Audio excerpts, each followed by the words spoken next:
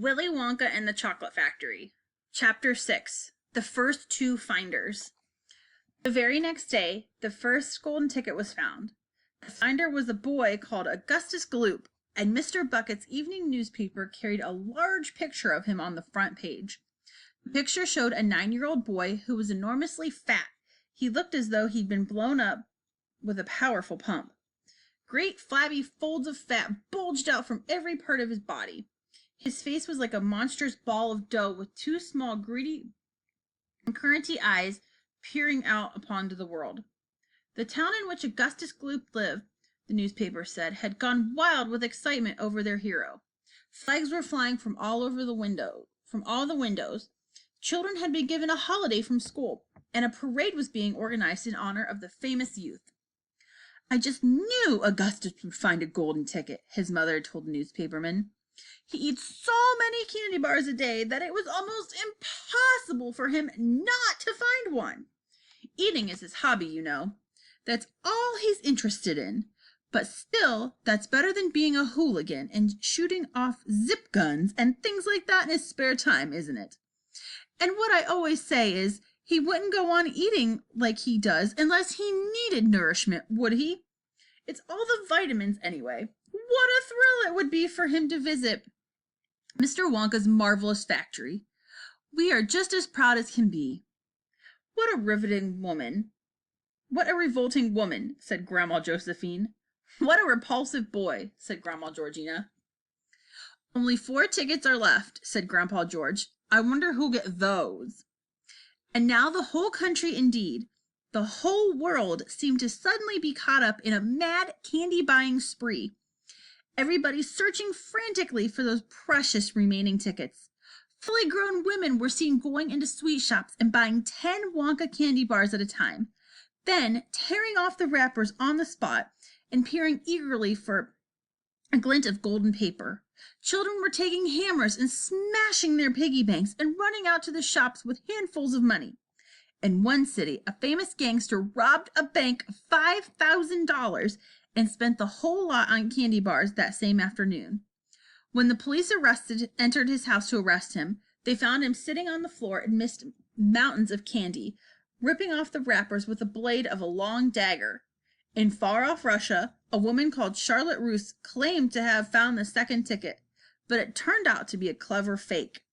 In England, the famous scientist, Professor Foulbody, invented a machine which would tell you at once, without opening the wrapper of a candy bar, whether or not there was a golden ticket hidden underneath.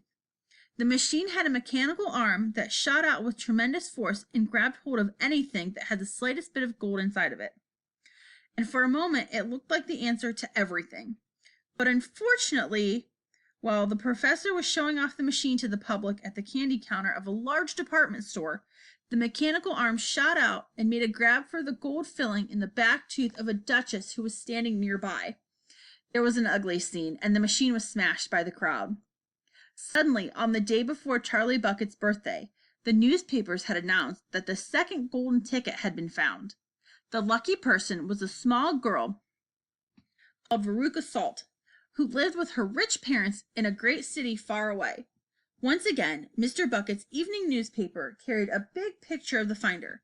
She was sitting between her beaming father and mother in the living room of their house, waving the golden ticket above her head and grinning from ear to ear. Veruca's father, Mr. Salt, had eagerly explained to the newspapermen exactly how the ticket was found. "You see, fellers," he said, "as soon as my little girl told me that she simply had to have one of those golden tickets, I went out into the town and started buying up all the Wonka candy bars I could lay my hands on. Thousands of them. I must have bought hundreds of thousands. Then I had them loaded onto trucks and sent directly to my own factory. I'm in the peanut business, you see, and I've got about 100 women working for me over at my joint, shelling peanuts for roasting and salting.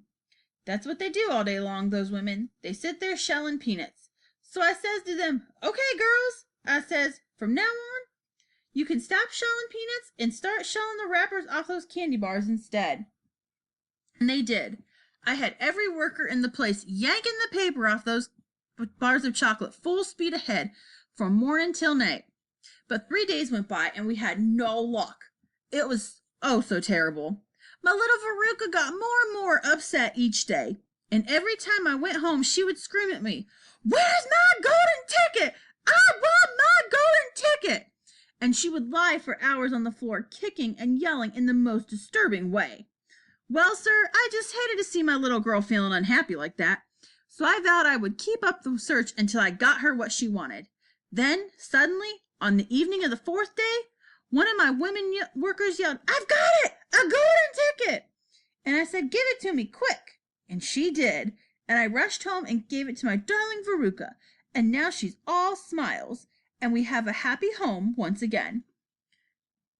"That's even worse than the fat boy," said Grandma Josephine. "She needs a real good spanking," said Grandma Georgina. "I don't think the girl's father played it quite fair, Grandpa, do you?" Charlie murmured.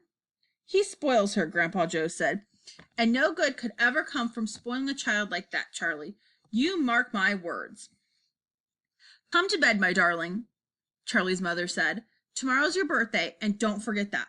So I expect you'll be up early to open your present."